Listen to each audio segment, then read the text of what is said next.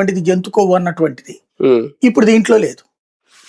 అవును, ఇందాక ఆయన నాయుడు గారు అదే అంటున్నారు. అప్పుడు ల్యాబ్ రిపోర్టర్ని బట్టే మంత్రులు గాని సీఎం గాని అలా మాట్లాడారు. ఎందుకంటే ఇంత సజ్జల గారు మాట్లాడింది ఏంటి, క్షమాపణ చెప్పాలి ప్రజలకని.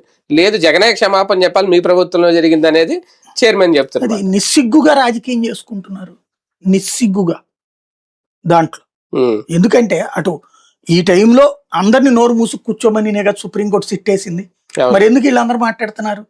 అందరి మీద కోర్టు దిక్కన కేసు వేయాలి కదా లెక్క ప్రకారం. అయితే ఇద్దరి మీద వేయాలి కోర్టు దిక్కన కేసు.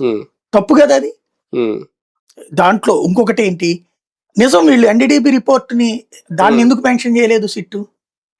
దానాధారంగానే కదా వీళ్ళు మాట్లాడింది, దానాధారంగానే కదా వీళ్ళు. అథెంటికేషన్ ఎవరు? ఇంకోటి, అది ఎవరిది టెస్ట్ చేశారు?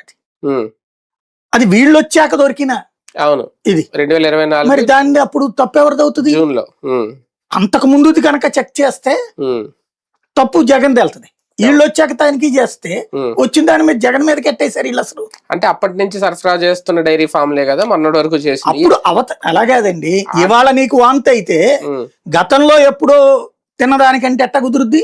వీళ్ళ వెర్షన్ అదే డైరీ కంటిన్యూ చేస్తున్నారు. ఆ డైరీ నెయ్యే చేశారు కాబట్టి 5 ఏళ్లుగా ఆ కల్తీ నెయ్యి ఇచ్చారు.